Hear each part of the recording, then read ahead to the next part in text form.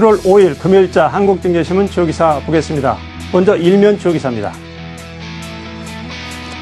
복잡한 셈법 규정, 기업이 대혼란을 겪고 있다는 얘기입니다. 일감 몰아주기 첫 과세가 시작되는데요. 이 과세 증여세를 부과하는 셈법이 너무 복잡해서 관련자와 기업들이 상당히 혼란을 겪고 있다는 얘기를 메인 기사로 실었습니다. 콘텐츠 100조 시대 1만 개, 일자리 8만 개 창출한다. 박근혜 정부 창조경제의 핵심인 콘텐츠 산업이 100조 시대에 접어들고 정부는 관련 산업을 크게 육성시키기로 했다는 얘기입니다. 2017년까지 120조 원의 매출을 기록하고 수출은 100억 달러, 일자리는 8만 개를 만든다는 것이 골자입니다. 해운건설 회사채 신속 인수를 위해서 기재부와 한은이 신용보증기금에 7천억 원을 출연하기로 했다는 기사입니다. 개성공단 문제를 해결하기 위한 실무회담이 내일 오전 10시 판문점에서 열립니다. 넉 달째 폐쇄 상태에 있는 개성공단 재개에 돌파구가 뚫릴지 관심이 모아지고 있습니다. 일자리 관련 세금을 부과한다는 내용 좀 자세히 보겠습니다. 기사 내용을 먼저 살펴보겠습니다. 올해 시행되는 일감 몰아주기 과세 신고 대상 납부자가 1만 명에 달한다. 30대 대기업 전체를 비롯해 국내 6,200개 기업의 대주주 및 친인척 등이 포함된 것으로 확인됐다. 일감 몰아주기 과세는 계열사 내부거래 비중이 연매출이 30%를 넘는 수혜법인, 즉 일감을 받는 기업의 지배주주나 친인척 가운데 3% 이상 지분을 보유한 이들에게 증여세를 부과하는 법이다. 과세 대상은 지난 12월 31일 기준 이후 세후 영업이익이다. 납부기간은 이달 말까지다 그랬습니다. 자, 30대 기업을 포함한 6,200개 기업 오너 친인척에 국세청이 이달 말까지 신고하고 납부를 하라고 통지서를 냈다는 얘기입니다. 자, 과세 이 기준은 어떤지 좀 더 기사를 살펴보겠습니다. 자, 일감 몰아주기 과세 기준을 보면은요. 과세 기준일은 2012년 12월 30일이고 과세 산출 근거는 세후 영업이익이 나야 되고요. 수혜법인 수는 6,200개입니다. 말씀드린 것처럼 증여세 신고 대상자는 10,000명 정도로 추산이 됩니다. 근데 논쟁점은 이중과세 논란이 있습니다. 그러니까 주식 배당 과세와 별도로 증여세가 부과되기 때문에 이중과세가 아니냐 하는 논란이 일고 있는 것입니다. 자, 산출 근거는 어떻게 되는지를 좀 자세히 보겠습니다. 자, 일감 몰아주기 3대 요건에 모두 해당되면 증여세를 부과한다고 그랬는데 3대 요건이 무엇인지를 좀 표를 통해서 살펴보겠습니다. 자, 3대 요건은 수혜법인의 세후 영업이익이 있어야 하고요. 둘째는 수혜법인과 특수관계인의 거래 비율이 매출의 30%를 초과해야 됩니다. 마지막에는 수혜법인에 대한 지배주주의 주식이 10간접 비율을 포함해서 3%를 초과해야 되고 이 세 가지 요건이 모두 충족해야 일감 몰아주기 증여세를 부과 대상자가 된다는 얘기입니다. 그러니까 회사의 매출과 관계없이 거래 비율, 지분율만 고려하고 중소, 중견기업 대주주 과세 대상에 포함됐다. 아까 6,200개 기업이라고 말씀드렸죠. 이달 말까지 신고를 안 할 경우에는 가산세가 40%까지 추가된다 그랬습니다. 다음 기사 보시겠습니다. 공기업 빚 574조가 국가부채로 들어가면 한국이 더 이상 재정건전국은 아니다 그랬습니다. 자, 우리나라 그동안 재정성 면에서는 비교적 건전하다는 얘기를 많이 했는데 새로운 평가 기준에 맞춰보니까 국가 빚이 1,000조를 훌쩍 넘는다는 얘기입니다. 기사 내용을 먼저 보겠습니다.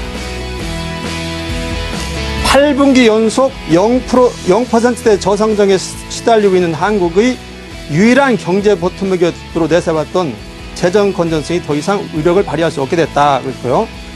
공식 국가 부채 통계에 가려져 있던 공기업 부채 500조 원 이상이 내년부터 나라빚에 고스란히 잡히기 때문이다. 유럽 재정기를 통해 숨겨진 빚의 공포를 깨달은 국제사회가 앞으로 공공부문 부채를 남김없이 밝히기로 했기 때문이다. 새 국제 기준에 따른 한국의 부채는 얼추 계산만 해도 1,000조 원이 넘는다 그랬습니다. 그러니까 우리나라 지금까지는 GDP 대비 부채 비율이 한 38% 정도였는데 새로운 기준으로 하면은 75%로 뻥충 뛴다는 얘기고요. 연금 충당 부채까지 포함하면 우리나라의 부채 비율은 10조 정도에 육박합니다. 그 표를 한번 보실까요? 자, 표를 보시면은 공공부채는 얼마나 늘어날까요? 자, 일반 정부 부채는 470조 정도가 되고요. 공기업 부채는 570조. 이걸 합친 경우에는 1,443조가 됩니다. 자, 이렇게 될 때는 부채 비율은 어떻게 높아지는가 한번 볼까요? 표를 보시면은 공기업 포함하면 부채 비율 크기가 크게 올라가는데, 자, 공기업을 포함하지 않을 경우에는 우리나라의 부채 비율은 38%이고요. 일본이나 그리스는 상당히 높습니다. 일본은 200%가 넘고 미국도 100%를 넘습니다. 그런데 공기업을 부채를 포함시키면은 우리나라 부채 비율은 75%가 되고요. 일본은 300%를 넘게 됩니다. 다음 기사 보시겠습니다. 한국 떠나려는 해외 인재 붙잡아라. 삼성의 새로운 고민이다. 자, 삼성이 해외 인재 육성 또 영입하는데 많이 공을 들이고 있는데, 공을 들여서 잡아온 해외 인재들이 쉽게 자리를 떠나서 고민이 깊어진다는 얘기입니다.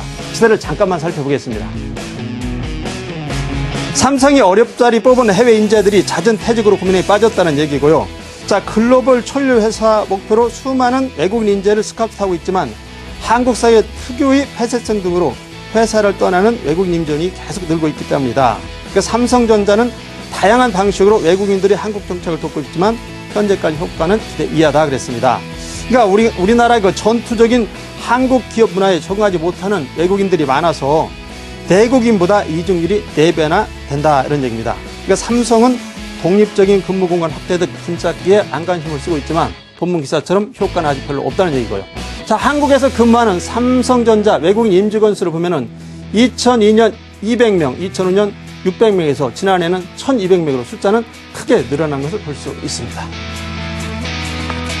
증권명기사 보시겠습니다. 유로존 또 너냐? 악재가 돌고 돈다 그랬습니다. 요즘 뭐 자고 나면 악재, 간밤에 유럽 증시 크게 올랐지만 또 자고 나면 어떻게 될지 모르는 그런 상황입니다. 자, 돌고 도는 악재, 기사 내용을 잠깐 살펴보겠습니다. 주식장에 들인 먹구름이 가실 날이 없다는 얘기고요. 미국 양적 완화 축소 우려가 진정되는가 싶으면 다시 유럽이 또 말썽이라 그랬습니다. 중동 불안으로 불거진 유가 상승으로 또 악재가 되고 있고요. 투자 심리들을 흔들고 있다는 얘기입니다. 근데 이런 상황에서도 전기전자와 자동차 등 증시 대표주들은 강세를 보여서 어느 정도 내성이 생긴 것이 아닌가 하는 얘기가 있습니다. 자, 포르투갈 정치 불안에 유로존 리스크가 다시 고개를 들고 있다. 이집트 사태로 국제 유가가 다시 급등하고 있고요. WTI는 14개월 만에 다시 배럴당 100달러를 돌파했습니다. 표를 잠깐 한번 보실까요? 이 그래프를 보시면 재밌습니다. 자, 돌고 도는 악재 어떻게 되느냐. 버냉키가 양적 완화 축소 발언을 했고요. 중국 인민은행이 유동성 중단 발언을 했는데 최근에는 이제 유동성이 너무 쪼이니까 다시 이 조치를 잠정 중단하면서 어느 정도 안정이 되고 있죠.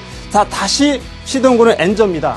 엔저가 주춤해지더니 다시 엔저가 재가동되면서 거의 달러당 100엔 정도를 육박하고 있고, 불안한 국제유가, 이집트 사태 악화 등으로 인해서 말씀드린 것처럼 WTI가 14개월 만에 배럴당 100달러를 돌파한 상태입니다.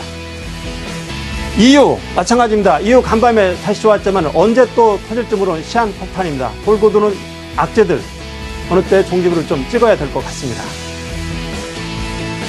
지난 몇 년간 유럽 재정위기 얘기가 많이 나면서 많이 회자된 얘기는 공짜 점심은 없다였습니다. 오늘 한국도 더 이상 재정 안정국이 아니다라는 얘기를 들으면서 폴 셰멜스의 명언 공짜 점심은 없다는 의미를 다시 한번 되새겨보게 됩니다. 오늘 한국경제신문이었습니다.